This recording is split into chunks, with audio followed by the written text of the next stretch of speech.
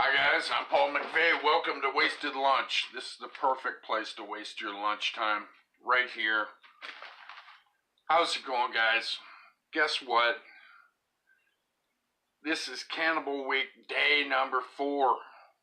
Day number 4. And this time, so far this week, I have been in the jungles of Mindanao, New Guinea, and the Amazon rainforest. Today, I've been in a different jungle, the concrete jungle of Atlanta, with this film right here. And I know that's in backwards vision. What that is Cannibal Apocalypse. Yes. 1980 movie starring John the Man Saxon. Okay, now, if you're not familiar with the name, I'm sure you've seen the dude's face. He was in Enter the Dragon. He was also if you watch Nightmare on Elm Street movies, he was the lead girl, Heather Langenkamp's father in the Nightmare on Elm Street movies. And it's been a lot of low-budget flicks over the years. But he stars in this movie right here, Cannibal Apocalypse, which was also known as Cannibals in the Streets. Okay. It was one of the titles. I'm trying to think here. What else was it called? Yeah, it's an Italian-made film directed by Antonio Margheriti, a.k.a. Anthony M. Dawson. Yes, that'd be one of his more anglicized American-sounding names that the director used. But Cannibal Apocalypse. Where do I start? Maybe at the beginning would be a good place, huh? Well, the beginning starts out in Vietnam. All right, it's Vietnam War, and there are two GIs who are held prisoner, and they're underground in this pit covered with the bamboo bars, keeping them in this pit. Now, what happens after we see where these guys are? Helicopters arrive with more American soldiers, and they're there to kick some VC butt. All right, which they do. John Saxon is heading up the team. I forget what his rank is, but he's the main honcho. All these American GIs drop down, get to the ground. Pardon me, 'tis the season. Get down, and they start kicking butt and shooting up the place, a la Rambo style, okay? And some over-the-top gunfighting, okay? Which very reminiscent of Missing in Action, or like I just said, Rambo, okay? They're kicking butt. They got a guy with a flamethrower. He's lighting the Viet Cong on fire with the flamethrower. Villagers are scattering and running everywhere. You don't really know what's happening, except the Americans are there to kick some butt. And they do. Okay, well, these two Americans, POWs, are trapped down in this pit. And while this fighting is going on, Lady Villager, I guess, she wasn't wearing any military stuff, gets caught on fire by the flamethrower guy. Alright, well, she runs and falls through the bamboo bars that are over top of this pit, falls into the pit with the two GIs in it, and she's on fire, or smoldering at this point. And these two guys immediately start munching on her. Okay, they just start chomping on her, alright, like ravenous dogs. Okay, so kind of weird, you know, they just go crazy and start eating this lady. Well, after some more butt kicking is done by the Americans, John Saxon's character, let's see, his character's name is Norman Hopper.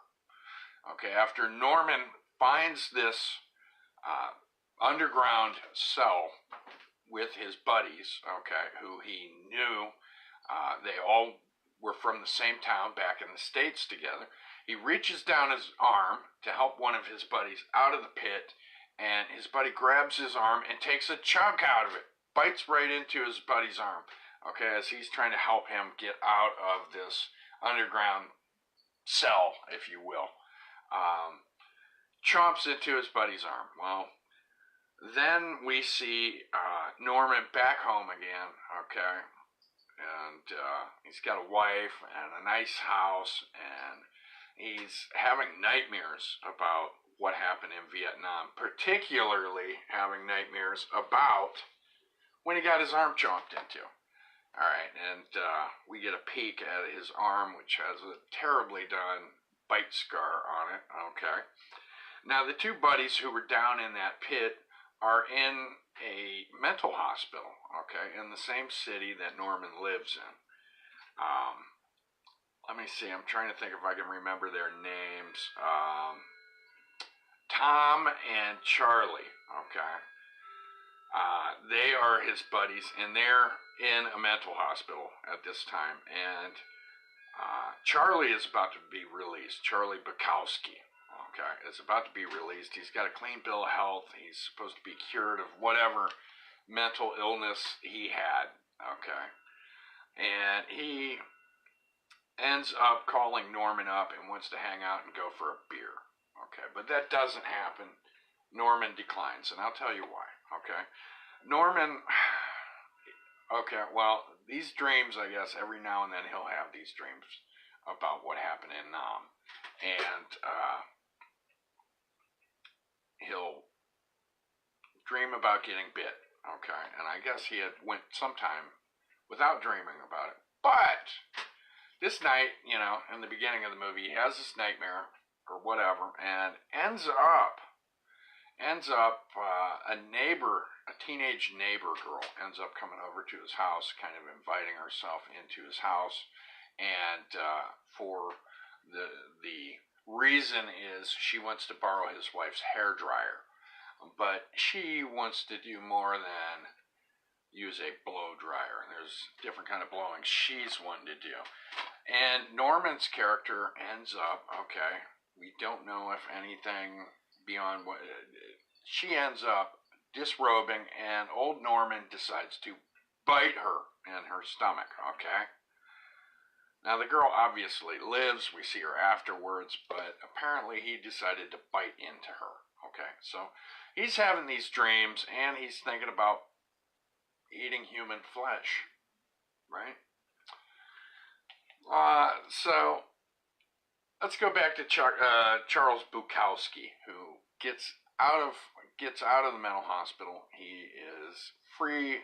He's his own man again, and he decides to, after having his invite to drink some beer with Norman declined, he decides to go to the movie theater, and he's at the movie theater watching a war flick, and a young couple comes into the theater, all right, and sits a row or two in front of him, and they start making out and getting down and dirty right in the movie theater, okay, right in front of old Charlie Bukowski. Well, as this guy's making out with this girl, she's laying back like this, and Charlie is looking at her and getting hungry, right? Oh yeah, yeah. Charlie is played by an Italian actor who sometimes went by the name John Morgan, okay, but his real name is Giovanni Lombardo Radici, okay. Now, if you've seen movies like City of the Living Dead or Gates of Hell, as it's also known as, he was in that movie too, all right. He played a perverted young man in that flick, and he's been in several other trashy features, Italian movies from the 70s and 80s, but let me see if there's a good picture of him, if I've got a picture of him. I got this DVD a while back, great DVD, Lots of good extra content. No, don't have any pictures of him in here. Sorry. But, anyways, pretty good actor. He's been in a lot of these pictures. But he's getting hungry looking at this chick that this guy's making out with. She's laying back, has her head thrown back, and old Charlie decides to take a bite out of her neck. Alright, while she's getting kissed all over by her boyfriend. And he does just that. He reaches over with his face and bites into her and bites a nice chunk out of this girl. She's screaming. He takes off out of the movie theater, alright, and is getting chased by people from the movie theater. And they're screaming, "Get that man, get that man." Well, outside is a biker gang. Although these dudes are like on dirt bikes and stuff. They're riding around on sidewalks and stuff, terrorizing young ladies. Well, these guys here get him. And then these biker dudes are all after him, right? He ends up running into an indoor flea marketplace, okay? And so he's on the run. "What's up, Jimmy? How we doing?" I'm talking about this fine feature film, Cannibal Apocalypse, starring John Saxon. So what we have, Charles Bukowski takes a bite out of the girl, gets running, hides in this indoor flea market, chased by these bikers, right? He's in there, and what do you know? Inside the flea market, of course, especially back then, there's guns. Alright, not only are there guns at one of the booths, there's bullets for them, okay? Now here's the thing, nobody's really inside the flea market, I guess, except for a guard.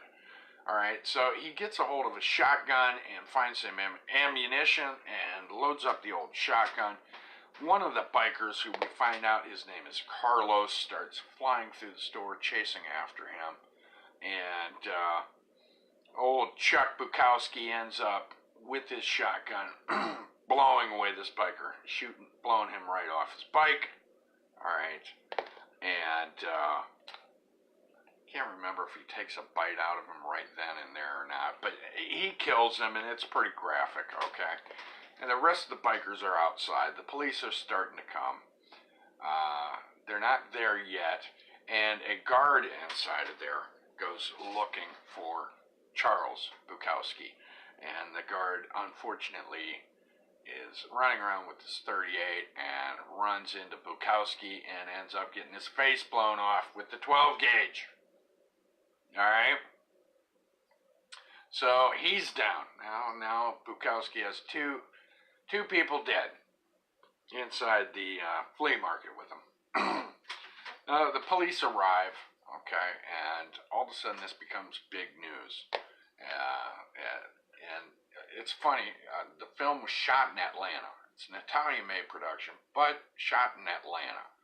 And speaking of news, our main character, Norman's wife, is actually a newscaster for one of the local stations, one of the local Atlanta news shows. But he gets word of who this is, okay, in the who's now held up in the flea market. So he decides he will go there and aid the policeman if he can, try and talk his buddy into coming out of there, peacefully. And it's pretty exciting. A lot of stuff's happening. Bukowski's, shooting his shotgun off, blowing out police cruiser windows, and shooting out police cruiser tires, and it's pretty exciting. The movie is moving at a pretty good clip. So, then what happens is Norman gets there to the scene, talks to the police chief who's there, who's played by, I don't know who plays him, but the guy plays a very good prickly police chief. anyways, he gets there and he gets the okay to go in and talk to Bukowski. So he gets in, goes into the flea market, talks to Bukowski, okay, and ends up talking him out of the place, okay, but not before a tear gas canister is shot in there, which I guess one of the tricks of dealing with the tear gas canister is peeing on it, which Bukowski does. But he comes out of there peacefully enough and is apprehended outside, okay? And does not go to jail. He goes straight back to the mental hospital, all right? So all this happens within, I don't know, maybe first half hour of the film, maybe. So Bukowski goes back to prison, and then his other buddy, who was in the pit with him, okay, is back at the mental hospital also. Let me see the back here. The back, I think, says who it is. I think his name's Tom. Yeah, Tom. Okay, Tom's his buddy who's also in the mental hospital with him.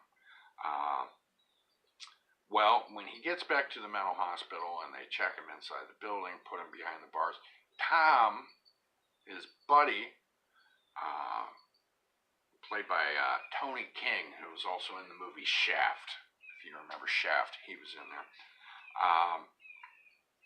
He ends up biting into one of the doctors, okay? And it's like they're going to try and break out or something, okay? And what's funny in this movie is there's little like music cues to things that are happening or about to happen. And it's really weird. There's like a funky bass guitar, and which I'll talk about the music in a second. But Tom bites into one of the doctors at the hospital or whatever, okay? And they end up, the orderlies and stuff swarm on him. They get him back under control, okay? So they've got Tom and Charles. They end up strapping them down to beds and giving them drugs to chill them out, right? The doctor who got bit ends up getting her wound dressed and cleaned, and she's sitting back relaxing. All right. Now back to the music. Okay, the music in this movie is funky. I love it. Bunch of funky, twangy bass, okay, going on in this music. Movie was shot in 1980, and the 70s definitely carried over into this movie for certain. Oh my gosh, love the music. Very funky.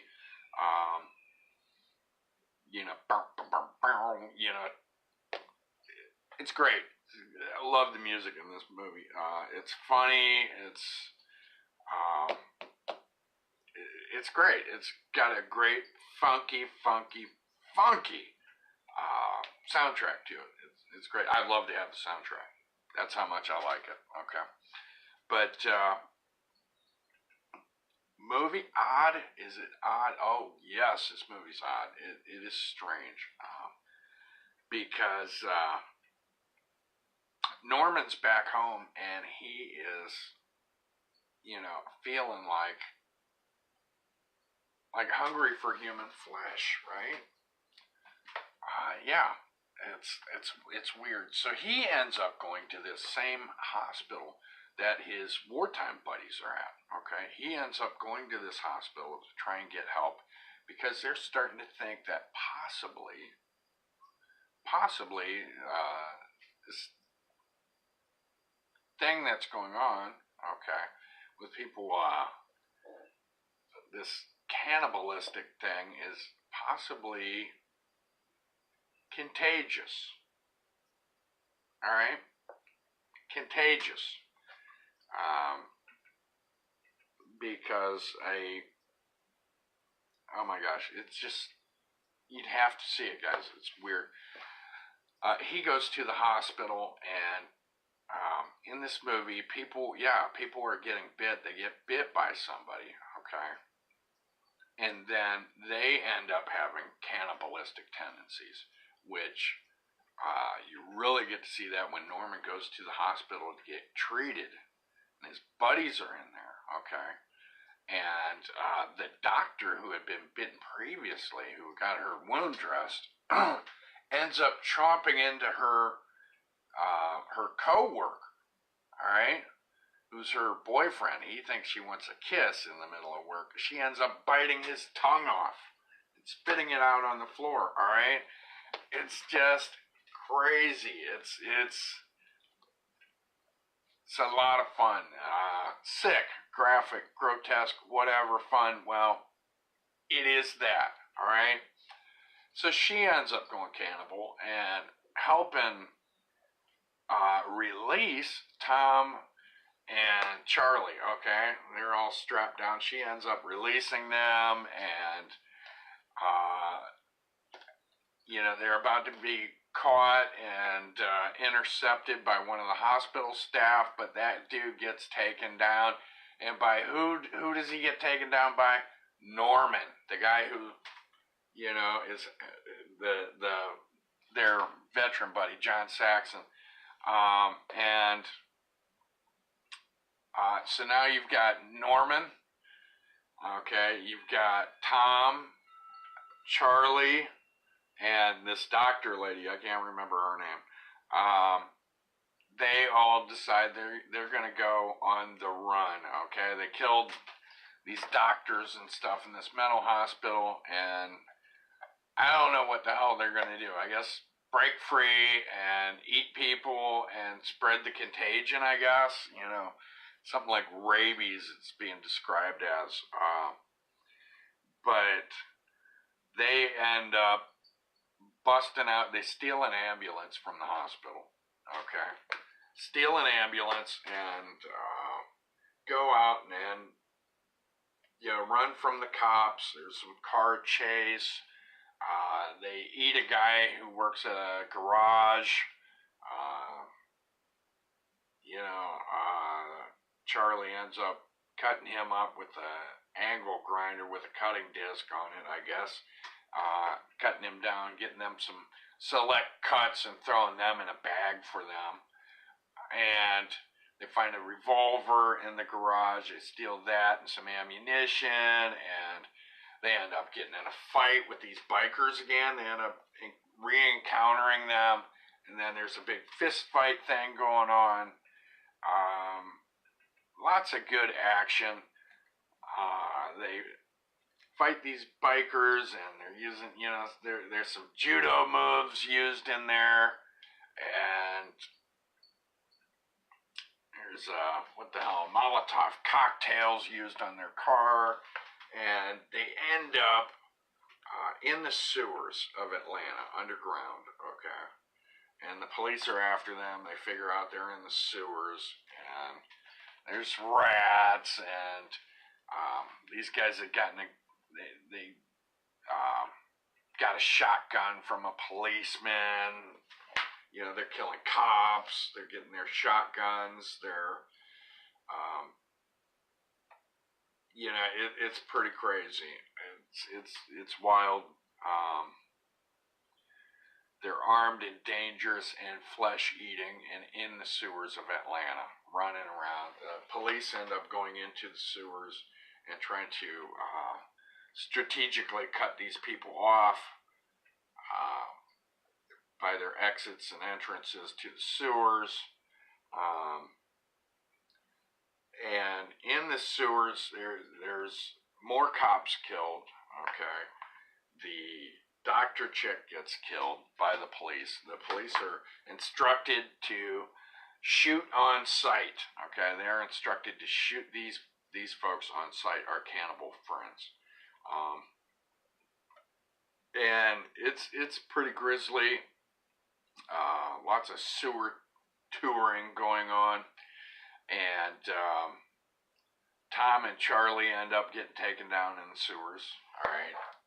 And Tom ends up getting flamethrowered to death in the sewers, all right? That's pretty memorable.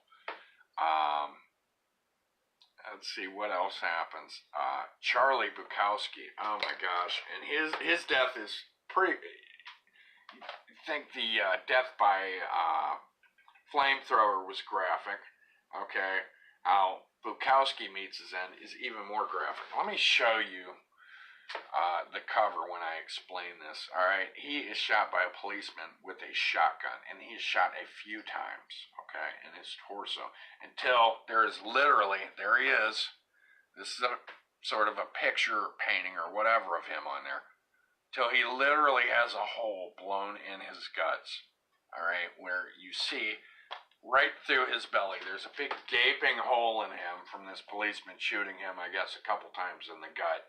And you see literally right through him, through one side and out the other, this big hole they blew in him. You know, they made sure it was extra graphic and gory, right? So, but Norman ends up escaping. He finds a way out of the sewer that the police thought was closed up, but it wasn't closed up. And makes it back to his house, okay? And he gets back to his house and dresses back up in his military uniform, all right? Well, his wife ends up trying to intervene, and he basically tells her, back off, get away from me, you know. But what's weird is, and I didn't mention this, but earlier in the movie, his wife had a doctor friend who worked at that hospital also. Well, during the movie, he ended up getting scratched by one of the cannibals. All right, he shows up at the house too, and he ends up biting Norman's wife. All right, Norman shoots this doctor guy. Then it is Norman and his wife in the garage, and she wants him to shoot her. The police arrive outside of their house, and then you hear 2 gunshots, meaning, you know, pretty much we're to surmise that he shot his wife and then himself, okay, to stop the contagion from spreading. So you may think. But meanwhile, right next door to them, that teenage girl and her little brother are over in their house, and they lived with their aunt. And the little boy asks his sister, do you think they'll find Aunt so-and-so, who we get to see behind them is in a freezer. So apparently they both are now cannibals too. And that's how the movie ends. So I pretty much ran through the movie. I'm sure I left some things out, but that's the movie in a nutshell, okay? There, you know, so there is some over-the-top violence and gore effects thrown in there for good measure. But the movie moves at a pretty good pace. Got a great funky score. John Saxon, I always find him enjoyable. Watched a lot of movies with him in them and enjoyed the heck out of them. And this is another one. Cannibal Apocalypse. Yeah, that's the name of this baby. Here, let me read the back of the DVD for you, okay? The horrors of war take on a whole new meaning for Vietnam vet Norman Hopper, whose quiet domestic life in Atlanta is shattered by the return of Charles Bukowski, a combat buddy who dredges up terrifying flashbacks of flesh-eating and bloodshed in the war-torn jungles. Now on the run from the law after taking a bite out of an unwilling victim, Charlie begs Norman to help him get out of town with another fellow veteran, Tom. Soon the ragtag team of cannibals are fighting for their lives, spreading a deadly contagion through the city before heading into the sewers for a gut-wrenching climax you won't soon forget. That's what the back of the DVD says. Yeah, which you won't forget. Yeah, I'd say the movie's pretty unforgettable. Well worth a look for gorehounds and cannibal aficionados themselves. No, this is not in the same vein as a lot of the Italian cannibal flicks of the 70s and 80s. There isn't a whole bunch of stock footage. It's not in the jungle. There aren't animals in there or anything like that. It's a completely different location and story. So it is a departure from the other Cannibal movies that I've reviewed this week. But is it worth a look? Yes, it's worth a look, guys. Well worth a look. Very interesting. Check it out. I don't know if it's still, it's probably on Amazon and stuff. You can probably find a copy of it. But pretty good movie. The copy I have was put out by Image Entertainment. It's got a whole bunch of good special features on it. It's, Cannibal Apocalypse Redo is on it. Exclusive documentary featuring John Saxon, John Morgan, and Antonio Margheriti. It says Apocalypse in the Streets. This is pretty cool, guys. A video tour of filming locations. Okay, that goodie is on there too. There's other special features on there too. There's stuff about how this movie ended up getting, it's called The Butchering of Cannibal Apocalypse, which would be all about censorship and how they cut down this movie for a lot of versions and stuff, which happened to just about all the movies I've been reviewing this week have had shoddy, crappy, butchered versions put out. Okay. So, but what I was saying that I really like is the Apocalypse in the Streets video tour of filming locations. I love that stuff. I love seeing the locations movies were shot at. Especially, I like seeing them if the movie's older. I like seeing how these locations look today. I'm always wishing that they look the exact same, which, of course, that's usually not how it is. But, so that's a cool special feature on there. So are the interviews. But yeah, all in all, good little Cannibal movie. So if you get the Cannibal fever for the flavor of a Cannibal movie, and you want something different than the jungle theme, Cannibal Apocalypse is what you want. So I'd have to say it's probably out of all the cannibal contagion spreading movies set in Atlanta, I'd have to say this is the best of that ilk. Anyways, that's about it for right now, guys. We're going to wrap this up. If you guys watch this, I want to say thank you for watching Wasted Lunch. I hope I helped you waste your lunchtime properly. And I'm going to wish you guys all a good day. Take care of yourselves. Stay out of trouble. And, of course, my videos end up backed up on my YouTube channel. Look up Paul McVeigh Universe, Paul McVeigh Original Universe on YouTube, and you'll see all these videos are backed up on there for posterity. But I'm going to be back on here noontime tomorrow with the last Cannibal review of the week. All right? So, have a good day, guys. Stay out of trouble, and I'll see you later. Bye.